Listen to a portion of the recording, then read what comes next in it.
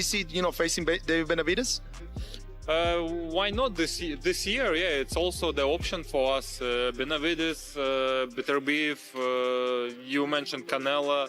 Also in my head, I would like to move up to get a chance to fight for another belt. When people talk about a possible fight between Dmitry Bivol and David Benavidez, Lennox Lewis believes only one fighter would win. He is very sure about this, and that belief shapes everything that comes next in this light heavyweight story. Benavidez, that's my guy right there. He's a serious contender. Do you think he's swerving him, Canelo?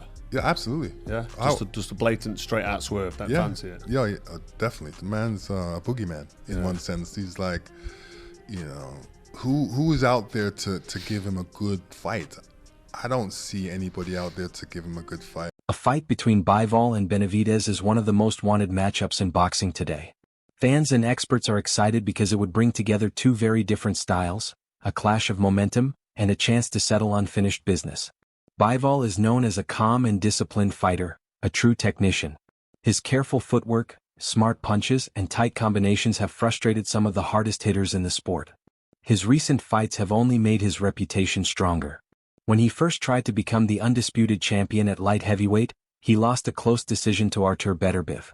Many thought he might never overcome that challenge. But Bivol did something few expected. He went the full fight again, learned from the experience, and in the rematch he made the right adjustments to win on the scorecards, claiming all 4 major belts. That win not only evened the rivalry but also proved that Bivol can think and adapt under extreme pressure. A third fight with Beterbiev is still possible, but delays and mandatory title rules have put it on hold for now. One of those rules opened the door for David Benavidez to become a major player in the light heavyweight division. Instead of fighting Bivol as a mandatory challenger, Bivol gave up the WBC belt, which made Benavidez the full champion. Benavidez didn't waste any time proving himself. In his first fight defending the light heavyweight title, he knocked out Anthony Yarde, showing that his speed, power, and aggression moved up perfectly from super middleweight. But Benavidez isn't stopping there. He has said that light heavyweight is not his final goal. Before he goes back to chase the biggest names at 175 pounds, he is planning a bold move to cruiserweight. A fight with unified champion Gilberto Ramirez is set for May, giving Benavidez a chance to win belts in a third weight class and continue building his legacy as one of boxing's most exciting champions. Could be getting the Bivol versus Beterbiev trilogy later on this year. That is according to Eddie Hearn on a Stomping Ground interview. He said he was speaking to Teki tonight. This non-stop movement is one reason Lennox Lewis is so impressed. He doesn't see Benavidez as just another champion, but as a tough problem no one wants to face. Lewis often praises Benavidez for his pressure, confidence, and fearlessness. To him, Benavidez is the kind of fighter who pushes opponents out of their comfort zone with constant attacks. He believes this is true even if Benavidez fights someone as skilled as Bivol. As Bivol beat Canelo, that'd be an interesting fight, wouldn't it? Bivol, Yeah. Benavidez, Dmitry Bivol. Benavidez and Bivol, I'm still picking Benavidez on that one. He is quality and a classy operator. Yes, he is. I saw him against Caleb Plant, and that was a great fight. That was. Yeah. That's definitely an honor for me, and like I said, yeah, I think now what really motivates me is, like I said, having the support from you guys, all the legends and stuff, and really just wanting to show the world who I am. I think the CompuBox like most accurate punchers came out, and I was number 2 at one of the most accurate punchers in boxing. So I think that just really shows the level of where I am. So, by the time my career is finished, I want to be known as one of the greatest of my generation. So I still have a lot of work to do.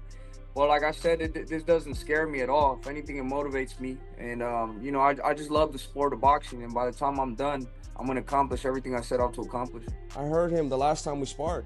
There's rumors about your sparring sessions with Bivol. People, insiders, have told me that you've given him that work. Well, you know what? I say the sparring sessions are sparring sessions. And a lot of people like to say that, it's not the same thing in the fight. I like to say that it is the same thing. If you could touch somebody in the sparring, you could touch them in the fight. You know what I mean? And Bivol is a great fighter, but like I said, every time I get in there with a great fighter, it puts me to a different mindset because I know, these fighters are very dangerous. So when I was sparring with Bivol, I sparred him a lot, you know, and you could go ask him, whoever his people are. I'm not no liar, you know, I heard him the last time we sparred. But not to say that I'm not just gonna bank off that, be like, oh yeah, I heard him in sparring, well, I'm gonna just knock him out in the fight. No, you know what I mean? I know Bivol's a great fighter. I give him all the respect, but as of hurting him, I did hurt him the last time I sparred him. And I was, 21 years old? It's 22. Wow. I was 22 years old. Wow. But to answer your question, he's became a great fighter. He's gotten way better since then. But guess what? I've got way better since then too. Lennox Lewis isn't the only one talking about this possible fight. Many respected boxing experts have shared their thoughts, and even the top voices don't all agree. Some see Benavidez as a natural bully in the ring, a fighter who attacks non-stop and slowly wears down anyone he faces. They believe his energy and power make him very dangerous over time. Others point to Bivol's calm style and smart ring thinking. They say he can control the distance and the pace of the fight, which might stop Benavidez from using his biggest strengths. James Toney clearly falls into the first group. He believes that Benavidez's constant activity and strong punches would eventually be too much for Bivol, possibly causing a stoppage rather than letting the fight go to the judges. Many can't help but compare Benavidez to Dmitry Bivol, the fighter who gave Bivol his only loss with crushing power. While Benavidez doesn't have the same nearly perfect knockout record, his 80% finishing rate still makes him a serious threat. The big question fans and experts keep asking is whether the power that worked so well for Benavidez at super middleweight, and which is growing at light heavyweight, would be enough to challenge someone as experienced and skilled as Bivol. With Bivol, I'm not happy with getting the world title like that. I'd rather win it. You know, I was in line for 3 years, bro. For Canelo, I was in line for 3 years. Now with these guys, it's been like a year. At the end of the day, that's more negotiating power when you have a world title. And now this time, where Bivol won both fights, clearly. He could have fought me, and if he thinks he could beat me, and then go fight Beterbiev again. So what's the excuse now? He wants to fight Beterbiev again, which is honorable. Dmitry Bivol, his fighting style, when he fought Beterbiev, that's a perfect game plan. Lateral movement, jabs, 1, 2, 3s. So it's gonna be the same thing. I don't know if Beterbiev could really do very square. And he does a lot of weights and shit like that. Unless he just turns it into a fight and stalks the shit out of him. Well, he tried to do that the first 2 times. Shakur Stevenson has a more careful take. He sees this fight as one of the best boxing could make, no matter who wins. He slightly favors Bivol because of his skill and ability to fight through tough moments. Still, he admits Benavidez's pressure would make the fight very hard. Stevenson believes that if Bivol wins, it would be a close and tough battle, not an easy victory. Do you want to see a trilogy, or would you rather just see the Benavidez? I'd rather see the Benavidez. I mean, Beterbiev deserve a trilogy technically, because of the first fight. I thought Bivol won the first fight too. Yeah, I did too. But me, I think that Benavidez and Bivol is another fight that's one of the biggest and best fights in the sport of boxing. I don't know if it's the biggest, but one of the best as far as like competitive wise. Who you got in there? That's a hard fight. I ain't gonna lie. I'm leaning towards Bivol, but I know like it would be tough with Benavidez with his pressure. Oscar De La Hoya adds a different view to the debate. He likes how active Benavidez is and how well he adjusts during a fight. De La Hoya believes these strengths could give Benavidez the edge, especially against a fighter coming back from injury. While he respects Bivol's skills, he is more impressed by the energy and hunger Benavidez shows every time he fights. I would favor Benavidez. After the fight, Bivol mentioned, some options for himself. He said, hey, not a problem going to a third fight with Beterbiev. He did mention a Canelo rematch, as well as a fight with David Benavidez. Out of those 3, Oscar, to you, what's the most interesting? Wow. I think Benavidez is very interesting. I think that's a hell of a fight. Wow. I mean, if he's willing to do that, if he's willing to be great and fight Benavidez, my gosh, that would solidify, Bivol's, Hall of Fame career for sure.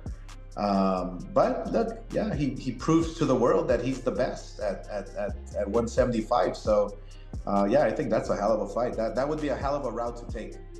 Would you favor him or Benavidez in that? Well, that's a tough one. That's a tough one because, I would go with Benavidez because he's more active. He throws more punches. He has better footwork, obviously, than Beterbiev. He's smarter up there. He knows how to think, knows how to adjust. Yeah, I would favor Benavidez. Behind all these opinions are tricky schedules and big career choices that make everything complicated. Bivol now holds 3 of the 4 major belts and has been told to defend his IBF title along with the WBA and WBO against his mandatory challenger, Michael Eifert. Eifert has waited a long time for this chance, and that fight must happen first, which means Bivol can't chase other big fights right now. At the same time, Benavidez is moving up to cruiserweight, which takes him out of the light heavyweight picture for a while, even though he says he won't stay at 200 pounds for long. Benavidez has shown a mix of confidence and honesty when talking about his future. He wants to fight Ramirez and see how he does at cruiserweight, but he also admits that another champion at that weight, Jai Opetaia, is very dangerous. Opetaia has built a reputation as a powerful and destructive fighter, so Benavidez knows he has to be careful. Even though he is willing to fight anyone eventually, he wants to see how his strength and punching power work at the heavier weight first. This careful approach shows that even with his aggressive style, Benavidez is thinking smartly about timing and his long-term career. These same thoughts also connect back to light heavyweight.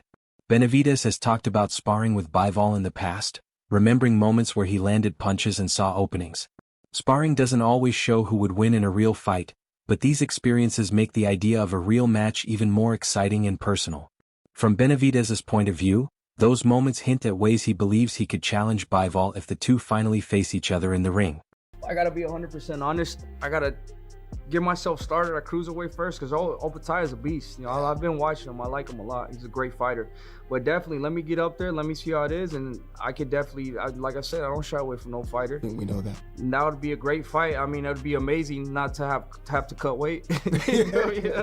Jai Opetaia, David Benavidez is one of the best fights you can possibly make in boxing in 2026. If Benavidez makes that jump successfully to cruiserweight, becomes the unified champion, takes Zurdo's belts, we must see Jai Opetaia and David Benavidez fight each other at some point in time.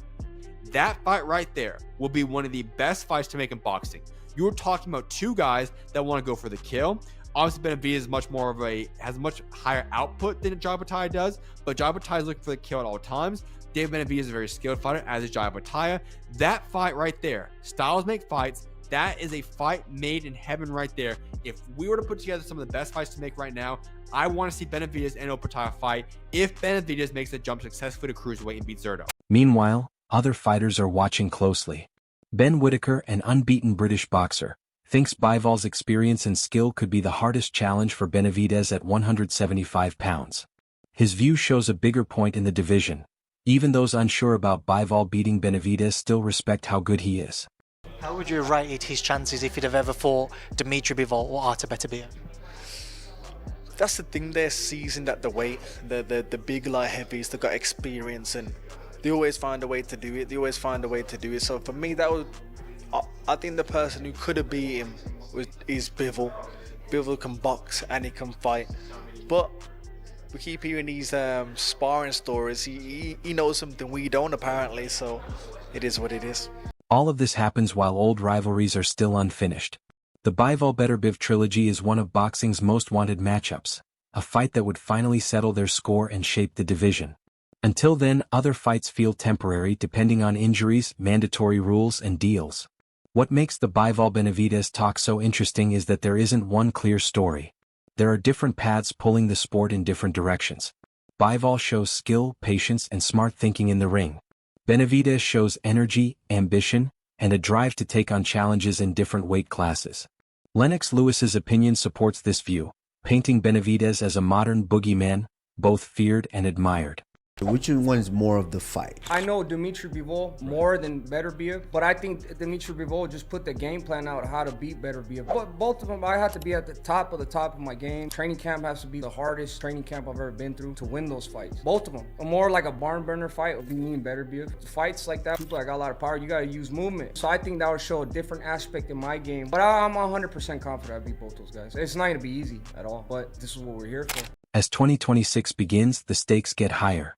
Benavidez's fight with Ramirez could show how strong he really is and boost his confidence when he returns to 175 pounds. Bivol's mandatory fight will test his skill and toughness after surgery and time off. The results of these fights will shape what people think and keep the debate alive about what would happen if these two champions finally face each other.